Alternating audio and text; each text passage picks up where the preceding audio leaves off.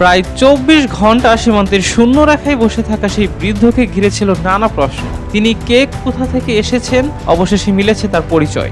জামালপুরের বকশীগঞ্জ উপজেলার কামালপুর সীমান্তে নো ম্যানস ল্যান্ডে অবস্থান করা ওই বৃদ্ধ বাংলাদেশি নাগরিক বলে নিশ্চিত করেছে বর্ডার গার্ড বাংলাদেশ বা বিজিবি। বৃহস্পতিবার সকালে সীমান্তের 1082 নম্বর আন্তর্জাতিক পিলারের সামনে থেকে তাকে উদ্ধার করা হয়। পরে তাকে বকশীগঞ্জ থানা হেফাজতে নেওয়া হয়েছে। বিজিবি জানিয়েছে, বৃদ্ধের নাম ষষ্ঠী চন্দ্র বর্মন। তিনি রাজশাহীর গোদাগাড়ী উপজেলার চান্দলাই গ্রামের বাসিন্দা। জানা গেছে, সামাজিক যোগাযোগ মাধ্যমে তার একটি ভিডিও ছড়িয়ে পড়ার পর পরিবারের সদস্যরা বিজিবির সঙ্গে যোগাযোগ করেন। এরপর জাতীয় পরিচয়পত্র সহ বিভিন্ন তথ্য যাচাই করে তার পরিচয় নিশ্চিত করা হয়। এর আগে ওই বৃদ্ধকে সীমান্ত দিয়ে বাংলাদেশে প্রবেশ করানোর চেষ্টাকে কেন্দ্র করে বিজিবি, বিএসএফ এবং স্থানীয়দের মধ্যে উত্তেজনাকর পরিস্থিতির সৃষ্টি হয়েছিল।